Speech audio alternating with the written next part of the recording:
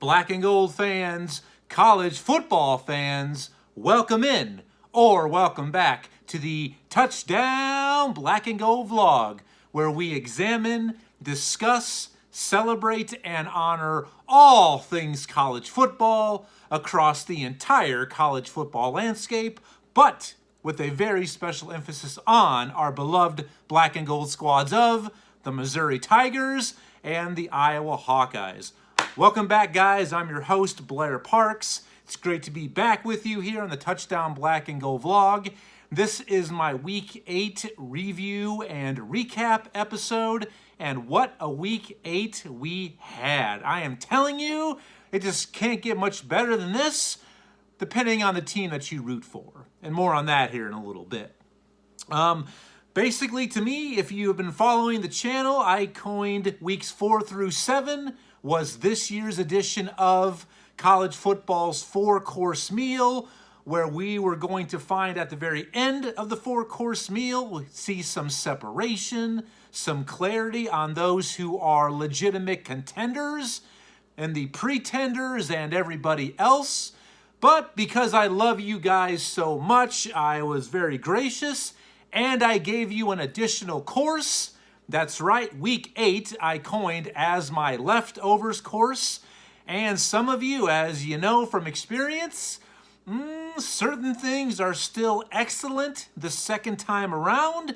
Other things, not so much. And depending on who you root for and what you saw happen in Week 8, I'll let you decide what your experience was like with the leftovers. As you can tell, I'm here with you. I broke out the camo for all of you hunters out there. It is the season. Be safe. Best of luck to you guys and gals. And if you're wondering, no, I am not a hunter. I am definitely more of a gatherer. If you could see more of my waistline, you would understand. But over the weekend, both our black and gold squads were in action. Let's start off with Missouri. Congratulations to the Tigers. They entertained Vanderbilt over Week 8, homecoming weekend in Como, and they were able to grind out a victory 17-14 over the Commodores. With that loss now, guys, Vanderbilt has lost 25 straight SEC conference games. Yikes. And with the win, though, our Tigers, they end their 3-game losing streak. So congrats to the Tigers. Homecoming, we love seeing those victories to keep your fans, your students, your alums happy. So excellent job. It did get a little bit hairy there in the fourth quarter, basically the second half. But overall, you grinded out a victory. And this time of year, with the way that the seasons are playing out for our beloved black and golds, we'll take any victory that we can get. So congratulations to the Missouri Tigers. Now, Iowa, on the other hand, well, yeah, they lost terribly. And I could use a lot of terms, guys, but I'll just say they lost at number 2 Ohio State in Week 8 to the score of 54-10. And that, by the way, the 54 points, in case you're keeping track at home, Kirk Ferentz has now been the Iowa head coach. This is his 24th season at the helm. And 54 points, that is the most points ever scored on an Iowa team while he's been our head coach, by the way, just in case you wanted to know. Like I said, if you were keeping score, 54-10 was the final score.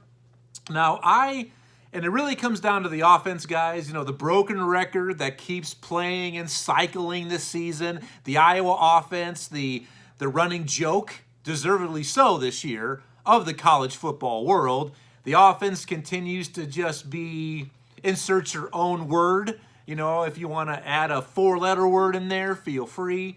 I lamented plenty about my feelings on the offense during my last episode, my instant reaction and recap to the Iowa versus Ohio State game. I lamented plenty, so if you want to check that out, definitely do it. It was an excellent episode. And that lament, I mean, it really sounded very similar to Dracula's lament from Forgetting Sarah Marshall. Because after all, being an Iowa fan, guys, it's getting very hard to believe things are going to get better. Ha ha ha! It just is being a Hawk fan, guys. But So that's what happened to our black and golds over the weekend. And speaking of my instant reaction recap to the Iowa-Ohio State game, I want to take the opportunity to thank each and every one of you, black and gold family, all of you college football fans. This channel continues to grow only due to everything that you do for it, your support. The word is rapidly spreading to check out the Touchdown Black and Gold vlog. And that reaction and recap episode, I mean, I've got to hand it to the Ohio State Bucknut fans. I mean, they came out and represented. And remember, I, as a college football fan, first and foremost, yes, there's a team that I do root for, but college football, that's who I am. First and foremost, I am very objective. I'm not a Homer Simpson. So I always ask for your participation, guys. I always encourage any sort of comments. I welcome them, your involvement. This channel, these episodes are driven by you, the college football fan, and you, the black and gold family. So please, I always encourage and welcome your involvement. The Ohio State Buckeye fans, wow, what a great response. I mean, that's what it's going to take. And I absolutely thank you all. Huge shout out to all you Buckeye fans. So please, we definitely got to keep a good thing going. We've got up to, we're 150 subscribers. I mean, very quickly, this thing is growing. Let's keep that momentum. Big Mo is on our side. So please, subscribe, click the button, like, share, comment, do whatever you can for the Touchdown Black and Gold vlog. And speaking of the reaction from you, the fans, I mean, these instant reaction and recap episodes have been really viewed very well and received by you guys. Thank you again. But I definitely see some tiers that formed. I mean, I've done a instant reaction and recap to every Iowa game this season. And initially, the Iowa State fans, they did pretty good. The Fighting Illini fans, they did a little bit better after that game. But I'm telling you, it's neck and neck between the Michigan and Ohio State fans, just as the way it should be with that rivalry, that historic rivalry. I cannot wait to see that game, by the way. This year's edition of The Game, Thanksgiving weekend, is going to be an instant classic, must-see TV between the Buckeyes and the Wolverines. So thank you for all you do, but let's keep it going. Tell your friends, your fellow college football fanatics, your coworkers, colleagues, family members, subscribe to the Touchdown Black and Gold vlog. So what's on tap for today's episode? It's going to be a little bit different. I am not going to have my the good, the bad, and the ugly segment tonight. Got to keep this probably around 30 minutes or so. And I apologize, I'm getting this done a few hours late, but guys, I've got a legit day job, father of two. I mean, I do this just for the sheer pleasure of it. It's a hobby and an absolute pleasure for me to sit here and share my love and passion for everything college football with you. Excuse me. And as you can tell, I don't do edits. I don't have any fancy schmancy sound effects or boards. I'm just a guy who basically talks, and hopefully you'll walk away entertained and also informed and a little bit opinionated as well. So what's on tap? So what I have, my first segment as usual, will be me attempting to play the college football stock market. It's my buy, sell, or hold segment, and that is going to revolve around 6 hot takes that I will give you from week 8, and I'll do the best I can to be Mr. Stock Market Guru. After that, I'm going to give you my updated team power rankings post week 8 as far as when I just watched. That's based on my primarily the eye test, but also resumes. Who have these teams played? Who have they beaten? What did they look like in loss and victory? So that I'm going to give you my top 10 plus 2 like I do every week. So my 1 through 12 team power rankings. And then we're going to wrap it up with my 3 cheers segment from week 8. And what that is there's a lot of great stories that go unmentioned, that don't get any publicity, any attention, any love. And it's my job to make sure that these great stories also get a little bit of publicity. Those are things that could be, for example, programs, players, coaches, fans, a community, just some things that I need to point out and give props to from week 8. So without further ado, guys, let's go ahead and get it. I'm telling you, woo! All right, so my first segment tonight will be buy, sell, or hold. We just need to wait for that opening bell of the stock market. Where is it? There it is. It's time to get started. Buy, sell, hold, trade. That's right. And I will do the best I can to be Smith Barney, Eddie Jones, Merrill Lynch, Wu-Tang Financial. I'll do the best I can. All right, so my first hot take coming at you. And by the way, during this episode, you see something, please subscribe, but also comment. Let me know, do you agree or disagree on my hot takes?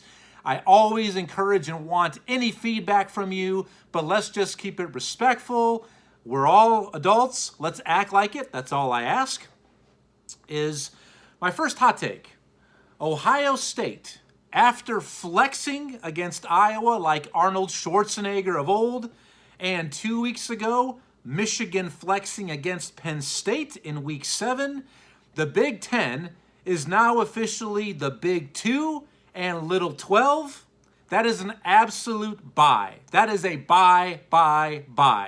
I mean, historically, going back to before expansion, the Big Ten was the Big 2 and Little 8, dominated by Ohio State and Michigan, and that's where we are this year, folks, in the Big Ten. Those two teams are so much better than everybody else, talent-wise, coaching-wise, scheme, execution, recruiting, everything. It's not even close. I mean, I think the matchup I would like to see, and this is a little off topic, but we'll talk more about it later. I would like to see Ohio State or Michigan and Indianapolis match up with the Fighting Illini of Illinois, just because how Illinois plays ball. I mean, Coach Bielema has got those guys humming.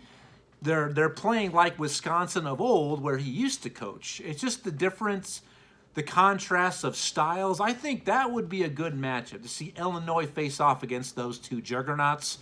But yeah, unfortunately, my home conference, once again, the Big 2, Little 12. That's just where we stand here this season. Next hot take for you. After gutting and pulling out a victory in a close game versus Syracuse, Clemson, if Clemson wins the ACC title with one loss, they will not receive an invite to the college football playoff. I'm going to buy that, guys, and here's why. That's right, I'm already kind of getting ready to start to talk a little bit of college football playoff scenarios, but I'm buying this one, and here's why. I told you that's their third game. 3 games Clemson has really been pressed. At Wake Forest, at Florida State, and then over the weekend at home against Syracuse, as I mentioned. All 3 of those losses, or wins I should say, were by 1 possession. So they've looked good. I mean, they have a solid resume. But what hurts Clemson, guys, is the other half of the ACC. The ACC Atlantic Division, which includes Clemson, NC State, Wake Forest, Florida State, Syracuse. I mean, that is legitimately top to bottom an awesome, great division. All right, it is. But the other half of the ACC, the Coastal, is so awful. Now, Big Ten fans, Iowa fans, doesn't that sound a little bit familiar with the Big Ten East and Big Ten West? Yep, absolutely. So I think because the ACC Coastal is just so awful, so just devoid of good teams, that's really going to hurt the ACC's profile. So if Clemson ends up winning the title but gets 1 loss along the way, I don't think they're going to get in over a 1-loss team Pac-12 champion or a one-loss Big 12 champion. I just don't see that happening, guys, because of that. So Clemson, we'll see what you do. Just to remind you guys, I did pick Clemson preseason as one of my 4 college football playoff teams, but I think right now their margin for error is pencil thin. All right, so my next hot take coming your way is dealing with what I believe are the 2 biggest disappointments as far as teams from this year's college football season. That's got to be Texas A&M and Notre Dame, the Aggies and the Fighting Irish. But when it comes down to these 2 biggest disappointments and their coaches, I would much rather prefer and be Notre Dame head football coach Marcus Freeman instead of Texas A&M coach Jimbo the Fraud Fisher. I'm going to actually sell that. That's right. All right, I'm selling that because here's why. Marcus Freeman, no one's really calling for his head yet. But then again, you're Jimbo Fisher. You're the $90 million man. I mean, this is great. I mean, who wouldn't want that sort of a salary, a contract, and a buyout? So I would much rather be Jimbo Fisher at this time. I mean, who wouldn't be? I'm thinking of Johnny Manziel like there for past history there for all you A&M fans. And plus, he does have that complete program on lockdown and control. He does. When you signed him, you gave him the keys to the castle and then some. He has free reign across that kingdom. He does. So I would much rather be Coach Jimbo Fisher right now. And plus, you're living off of the promise of success in the very near future from that #1 ranked recruiting class you had. But still, I mean, I've made this is no secret, guys. Jimbo Fisher, to me, is the biggest fraud in all of college football. He absolutely has duped all of you at Texas A&M. Absolutely has. And I think I'm feeling a sound-off segment coming about Jimbo Fisher on Thursday's episode, my Week 9 preview and picks episode. So be on the lookout for that, especially if you want to hear what I got to say more about Coach Jimbo Fisher. All right. Next hot take for you deals with some high-profile first-year coaches at new programs, some blue bloods. If you recall, in the offseason, we had the coaching carousel spinning out of control. I love that new Dr. Pepper Fansville commercial about the coaching carousel. So a couple first-year head coaches. We've got Lincoln Riley at USC, and we've got Brian Kelly at LSU. And here's my hot take. Lincoln Riley was the best new coaching hire in the offseason. I'm going to sell that, guys. That's right. That's a sell, which might be a surprise. And I want to hear what you guys think about this. I think it's got to be LSU head coach Brian Kelly, all right? Here's why I say that, all right? Lincoln Riley moved out to USC. I mean, they have facilities. Everything you need for success is there. And plus, he brought all this talent with him via the transfer portal. His best quarterback from Oklahoma, Caleb Williams, and his best wide receiver, Mario Williams, head out west with him. So does wide receiver from Pitt, Jordan Addison, who was the Biletnikoff winner last season, so the best wide receiver in the nation. And also running back Travis Dye from Oregon meets up in Los Angeles with Lincoln Riley. And we know this guy can coach, and we know he's going to put up points aplenty. But he absolutely is in a better position as a first-year coach to succeed. He is, compared to what Brian Kelly inherited there at LSU. Granted, yes, is there talent at LSU? Absolutely. They're a blue blood. They're one of those teams that recruit on a different level. They do. And he did add a lot of help via the transfer portal. But absolutely, LSU and what they've done under head coach Brian Kelly this season, that is the best coaching job for a first-year head coach. It just is.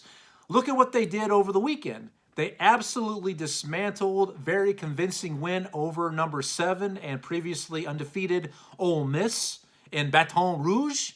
And before that, they've got a really solid victory on the road at Florida. I mean, yeah, they got used and abused by Tennessee, but everybody is. And think about this. I mean, yes, they lost that opening game on the blocked kick against Florida State. If they win that game, this is potentially a top 15, maybe even a top 10 team, guys. I mean, they are right there. So congratulations, but he's my pick, is LSU coach Brian Kelly. All right, my fifth hot take coming your way deals with conference races, all right? The SEC is the most competitive conference. That's a sell. That's a big-time sell. It's good, but the Pac-12, guys, is the most competitive conference. You've got 4 teams that are legitimately right there in the playoff discussion with UCLA, USC, Oregon, and Utah. I mean, that's the most competitive, all right? Those 4 teams, I mean, seriously, I mean, any one of those 4 teams can get to the playoff, all right? They can. So I sell that about the SEC being the most competitive. And the deepest, now there's a difference between competitive and deep, right? And the deepest conference from top to bottom is the Big 12. That is an absolute buy. I mean, the Big 12 top to bottom is good to where Iowa State, I know, has not got a victory in Big 12 conference play, but they've been close in every single game. There is no such thing as an easy out this year in the Big 12 due to the rise of Kansas this season. And it's crazy to see Oklahoma there mid-pack. But yeah, hands down, the deepest conference is the Big 12, guys. I mean, without a doubt, you might disagree with me. Hey, respectfully, that's fine, but that's what I believe. Most competitive, the Pac-12. Deepest, the Big 12. So, and my last hot take, I always save my last one for either Missouri or Iowa, one of our black and golds. And this one's coming at you. Missouri, not Iowa, has the better chance of reaching bowl eligibility this season. That's a buy, guys. And here's why. I mean, we all know of Iowa's offensive woes. We get that. They're the worst offense in the nation, 131 out of 131, okay? But when I look at Missouri's schedule, with that victory over Vandy, they're now 3-4, so they need 3 more victories. But when I look at their schedule, guys, Missouri, it's a little bit of a friendlier schedule, and they have some better opportunities. Yes, Missouri has had their struggles too. At times, they look very stagnant on offense as well. But unlike Iowa, Missouri, at least when they're on the field offensively, you can at least say, well, this is a team that at least looks like they know what they're trying to do. I think that they are at least trying to execute. They have a plan.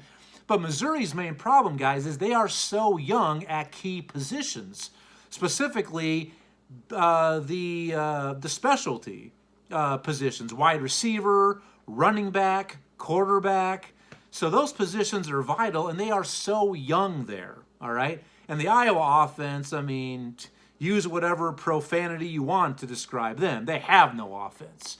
So that's why I think Missouri just is in a better spot because of that. I mean, and their defense is definitely much improved this season. It's not Iowa elite, Missouri's defense, but it is much better this season.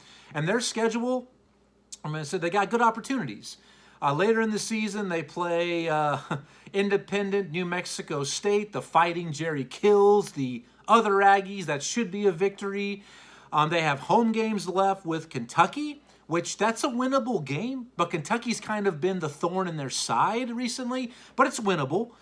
They have a home game against Arkansas, guys, who is really struggling. That's a winnable game. And they have road games this weekend, a winnable game at South Carolina, who, yes, shocked Texas A&M over Week 8, but I think that's more because of Jimbo Fisher and just the circus that's going on down there in College Station. So that's a winnable game. The only game I see on their schedule remaining that I'm thinking, nope, let's just move on, they do play at Tennessee. So Missouri is going to have opportunities to get 3 more victories. I mean, I see that better than what it's on Iowa's schedule. And just overall, I think Missouri just has a better shot because of their offense, because they have some remnants of an offense. All right. So that's my buy, sell, or hold segment, me playing the college football stock market. Let me know what you think. Comment, like, share, subscribe.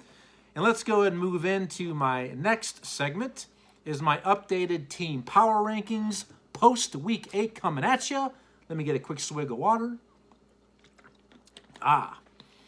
And we had a little bit of movement, not really at the top. Each and every week I update these, and like I said, none of these are based on the current rankings. It's just my eyeball test, and like I said, resumes, who they've played, who they've beaten, who they've lost to, and how have they looked in victory or defeat. So there was absolutely zero movement in my top 5. It remains the same from last week. At number 1, I've got Tennessee. At number 2, I've got Ohio State, who looked so impressive, who passed their first real test with flying colors against Iowa, who is the first legit defense they've had to play this season. And obviously it went their way, but they didn't put up 55 points. I mean, I can say that, Bucknut fans. I love you guys, and I appreciate your support. But 2017, last time they met prior to Saturday's matchup in Iowa City, we put up a 55 burger on you guys. So yeah, you returned the favor and then some, but you didn't put up 55 points, okay? So Ohio State, you're still at number 2. Number 3, I got Michigan hanging out there in the 3-hole. Number 4, I've got Georgia still hanging out. And number 5, they did win at home, but still, they were pushed, but they did come out on top. I've got to keep Clemson, the Tigers, there at my 5 spot. Now, number 6, up 1 spot from last week. Man, they just continue to win. And for some reason, I keep betting and picking against them, even though I did say preseason that they would be one of the 2 teams in the Big 12 title game. I've got TCU up 1 spot to number 6 after their win at home against Kansas State, which I just wish Adrian Martinez would have gone the distance or played at least the majority of that game. He did not. The backup, Howard, played a very inspired game. I just wish we would have seen that K-State, at the helm being controlled by Adrian Martinez. So they're up 1 spot to 6. Number 7 down 1 spot, even though they did look very good. It was a great bounce back game after that heartbreaking loss at Tennessee. I've gotten Alabama down 1 spot at number 7. Number 8, and this is their initial appearance on my team power rankings list. Wow, and they looked absolutely the part. I mean, you guys know coming into this past weekend, I was very high on UCLA being a team. A lot of y'all, and I just said y'all, by the way, maybe I'm losing my northern exposure here, living here in the show me state, that, I told you guys that I was very high in UCLA, a team that no one's really talking about. People are just discounting, and Oregon absolutely throttled them, okay? So I got making their appearance at number 8, the Oregon Ducks. I mean, wow. I think a lot of that dealt with them being at home in Autzen and Eugene, but still, they looked the part, all right? Number 9, just like last week, I got USC. I believe they were on a bye week. So I got the Trojans, number 9. Number 10, up 1 spot, I've got Oklahoma State. The Cowboys came from behind and took care of a ranked Texas team in Stillwater.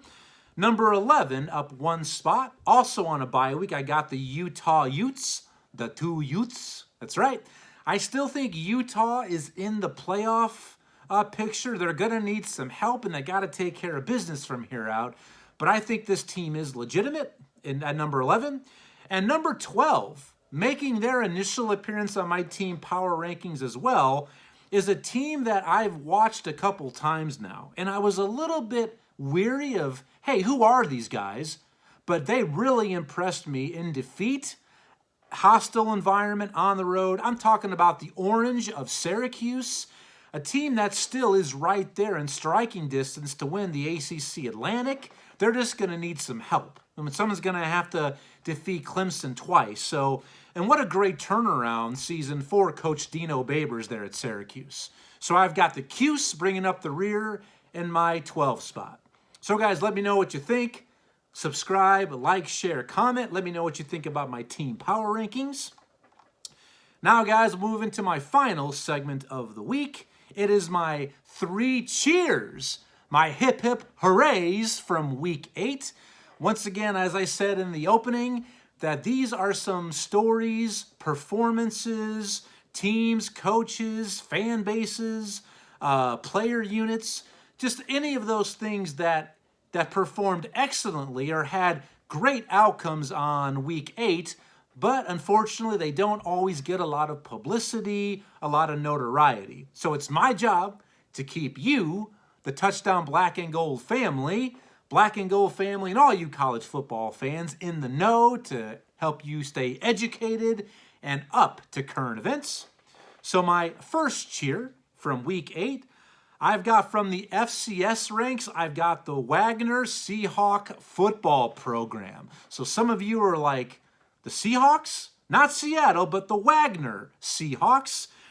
Over the weekend, they ended Division I's longest losing streak, which was 26 straight losses, a 26-game losing streak dating all the way back to 2019, with their victory over Long Island University, 37-26. And I'm sure those fans stormed the field, partied like it's 1999. So what an excellent, excellent story there for Wagner, because the taste of victory, it's been a long time for those guys. There's a lot of cats in that locker room who probably have never even scored a victory while they've been on the Wagner roster. So to the Wagner football program, I say to you, enjoy it. Take a bow. All right. All right, guys, my second cheer from week 8 is, and there's a kind of a theme here for my 3 cheers. They all deal with streaks. So my second cheer from week 8 is the Rutgers Scarlet Knights football program of the Big Ten. Over the weekend, they defeated Indiana 24-17, and in doing so, that ended their 21-game home losing streak against Big Ten foes. So congratulations, Rutgers Scarlet Knights and your fans. You're off the schneid. It's great for the home crowd to celebrate a Big Ten victory. So I say to you, Rutgers, you deserve it. It's your moment. All right. And my final cheer from week 8, speaking of home winning streaks, or this is a very impressive one. I'm talking about Memorial Stadium, a.k.a. Death Valley in Clemson, South Carolina. After that close victory in week 8 over Syracuse, Clemson continued the nation's current longest home winning streak, which now improves to 38 straight games they've won at home. That is impressive. That is the longest such winning streak in ACC history. You have the record. Congratulations, Clemson, and that ruckus crowd there at Death Valley. And they are closing in on the overall record for most consecutive home victories. That is 58. I mean, they're still, a couple seasons away from that. But the current record overall is 58, currently held by the Miami Hurricanes. So for the Clemson Tigers, program, fans, coaches, 38 straight wins at home. Congratulations. You're in the ACC history books. So I say to you, my final... Louder. One more time. All right. Well, that's it, guys. That's today's episode, my Week 8 review and recap episode. Please, once again, subscribe, like, share, comment. Let's keep a good thing going. Like I said, momentum, Big Mo is definitely on our side. Spread the word, subscribe, click, share, like, comment. Once again, this is a safe haven for all of you college football crazies and fanatics. I want to hear from you. Your participation is vital. It's key. So my next episode, guys, you should expect my Week 9 preview and picks episode either Thursday afternoon or Thursday evening. So be looking for it here on the channel. So I hope you enjoyed this episode. So until Thursday, I say best of luck to you. Enjoy the rest of your week, your work week, your school week. Enjoy yourselves. Be safe. And thank you for joining me on this episode of the Touchdown Black and Gold Vlog. I'll see you soon. Bye-bye.